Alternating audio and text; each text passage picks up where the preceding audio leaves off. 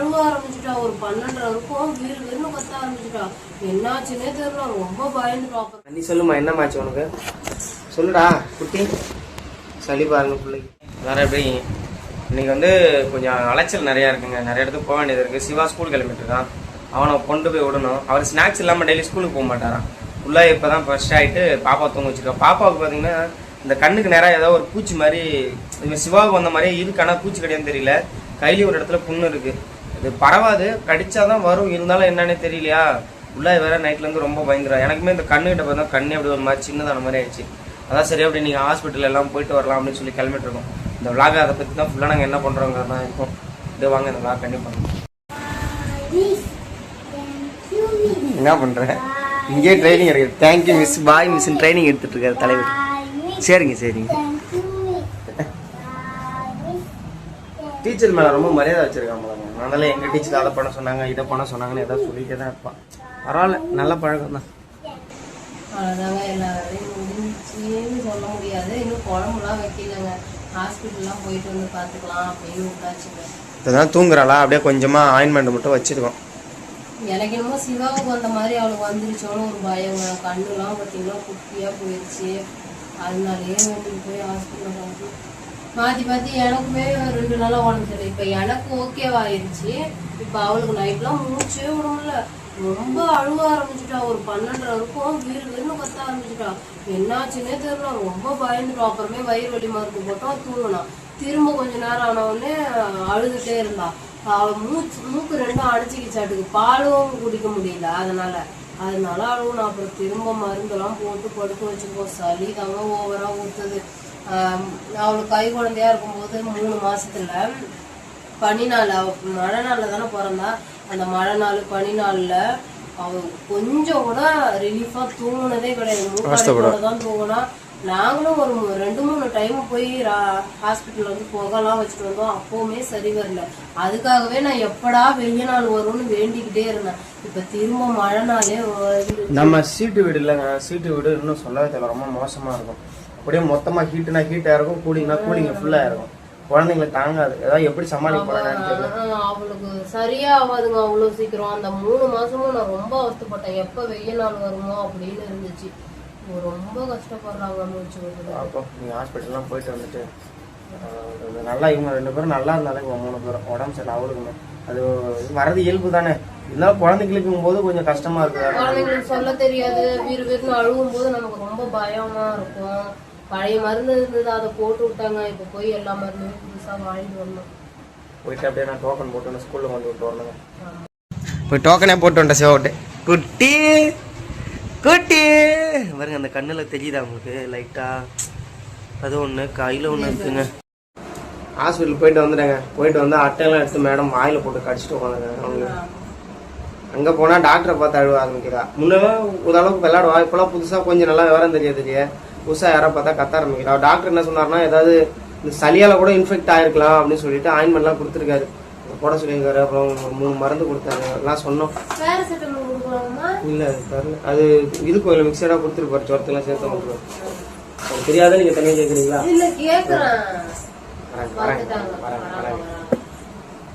நீ சொல்லுமா, என்னமாச்சு உனக்கு? சொல்லுடா குட்டி. சளி பாருங்க பிள்ளைக்கு. இந்த 2 பேரையும் நாங்கள் வளர்த்து ஆளாகிறதுக்குள்ள என்னென்ன பாடுபட போறோமோ எங்களுக்கு தெரியல. சிவா மாதிரி எப்போ ஆளாகிறானோ அப்போதாங்க எங்களுக்கு பிரச்சனை இல்லை. உண்மையே கஷ்டமா இருக்கு. அவனுக்கு சொல்லவும் தெரியாது. சளியை சொன்னா சிந்தவும் தெரியாது. சிந்தனா அழுவுறா, வலிக்குது போல. மூக்கு கிட்ட அடிக்கடி நீ ஊசிட்டே சிந்திட்டே இருந்தா வலிக்கும்ல. ஆனா நம்ம கிட்ட ஒன்னும் பெருசா அவரை குறைச்சி விட்டுட்டா. அம்மா சும்மா இருமா இருங்க, விளையாண்டு முடிச்சோன்னு நான் வீடியோ கண்டிப்பா கடவுள் எக்ஸ்போஸ் லாக் பண்ணிட்டா. விடுமா, இவ கூட பெரிய அக்க போறாரு. சேர்த்து வச்சுட்டா. இருங்க கட் பண்றேன். இந்த ரிமோட்டை தாங்க இப்போ போய் தேடி கண்டுபிடிச்சி எடுத்துட்டு வந்தேன். நான் ஸ்டாண்ட் வாங்கினா அது கூட கொடுத்தாங்க. அது ரொம்ப யூஸ்ஃபுல்லா இருக்கும். தனியாக நான் 300 ரூபாய்க்கு மேலே வருது. பேசிட்டே ரொம்ப ஞாபகம் இருந்துச்சுன்னா இந்த ஒரு சில பொருளை இன்னுமே பத்திரமா வச்சுக்கிற எண்ணம் வரல எங்க 2 பேருக்குமே. நானுமே ஒரு ஆர்வம் தான் எடுத்து பத்திரமா எல்லாத்தையும் பொத்தி வைப்பேன். அப்புறம் முள்ள இவரோட பொருளை இவரே சரியா வச்சுக்க மாட்டாருங்க. நான் எங்கேயாவது பொறுக்கி வச்சிருந்தாலுமே இவரு அதுதான் இவர்கிட்ட பிடிக்காத விஷயமே. மருந்து எல்லாமே சாப்பிடுவாரு. ஒரு 5 பாட்டில் இருக்கும். அந்த 5 பாட்டிலுமே மருந்து சாப்பிட்டோடனே இந்த மூளைக்கு அந்த மூளைக்கு நான் கூட்டுறப்ப அழகா எடுத்து வச்சிருப்பேன். திரும்ப சாப்பிட்டு தூக்கி போட்டுருவாரு. எனக்கு உண்மையாக ரொம்ப கஷ்டமா இருந்ததுங்க. ஹாஸ்பிட்டல் போய் டாக்டர் இன்ஃபெக்ஷனா தான் இருக்குன்னு சொன்னதுனால கொஞ்சம் மைண்ட் ரிலாக்ஸா இருக்கு. நான் வீட்டுக்கே வராத கோயிலுக்கு போ அப்படின்னு சொன்னேன். இவர் அப்படியே நேரா வீட்டுக்கு கூட்டிட்டு வராரு. மருந்தெல்லாம் தூக்கிட்டு போய் எங்க வச்சுட்டு ஐயோ அது பெரிய மூட்டை தான், கையில தான் எடுத்துட்டு போனோம். இல்ல இப்ப போயிட்டு வரும், உங்களுக்கு சாப்பாடு ஊட்டி மருந்து போட்டு போயிட்டு வந்துட்டு அப்புறம் மேடம் அவளும் கொஞ்சம் மருந்து போட்ட உடனே தூங்க வைக்க கூடாதுங்க. ஏன்னா சாப்பாடு எனக்கு தெரிஞ்சு உடம்பு சரியில்லைன்னா எதுவும் கொடுக்க கூடாது. ஆனா கஞ்சி சோறு தான் கொடுக்க சொல்லுவாங்க. அதனால கஞ்சி சோறு அவளுக்கு வச்சிருக்கேன். சாப்பாடு ஊட்டி ஒரு 15 நிமிஷம் கழிச்சு மருந்து போட்டுட்டு அப்புறமே தூக்கிட்டு போனா அவளுக்கும் மருந்து செரிக்கும். இல்லைன்னா செரிக்காமே நம்ம தூங்க வச்சுட்டோம்னா வச்சுக்கோங்களேன், செரிக்காது, திரும்ப வாந்தி எடுத்துருவோம். ஒரு சிலர் வந்து அடிக்கடி என்ன கேப்பீங்கன்னா, ஏன் உங்க மூஞ்சிய பார்த்தாலும் சோகத்திலே இருக்கு, சோகத்திலே முடிய வெட்ட சொல்லு. நானே எங்க வீட்டுல எங்க பாட்டி நேத்து வந்தாங்கங்க. அவங்களே எப்போ வந்தாலும் ஏன்டா நீ இப்படி நிக்கிற, ஏன்டா இப்படி நிக்கிறன்னு எல்லாருமே சொல்லுவாங்க. போய் தாடி ட்ரீட் பண்ணு, முடிய விட்டு.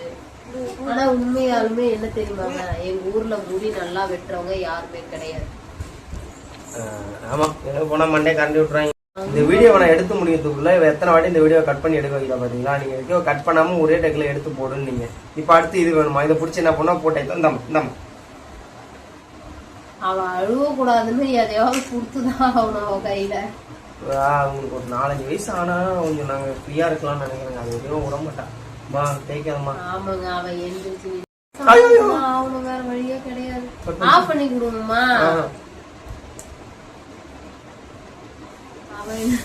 குலதெய்வ கோயிலுக்கு போனோம்னு போனாங்க, அங்கேயும் போக முடியல. எங்கேயுமே எல்லாத்துக்குமே தடங்களாவே தான் இருக்கு. ஆமா பாத்தீங்களா, அன்னைக்கு வந்து என் பிறந்த நாள் அன்னைக்கு கோயிலுக்கு போனோம். அன்னைக்கு பூட்டி காட்டுது. நாங்களும் போன் அடிச்சு பார்த்தோம், எடுக்கவே இல்லை. அன்னையில இருந்தே எல்லாமே தப்பா நடக்குதுங்க. அதனால இந்த வாரம் எங்க அம்மா வேற திட்டுறாங்க, கோயிலுக்கே போக மாட்டேங்கிற. ஆனா நாங்க போயிட்டு தான் இருக்கிறோம்.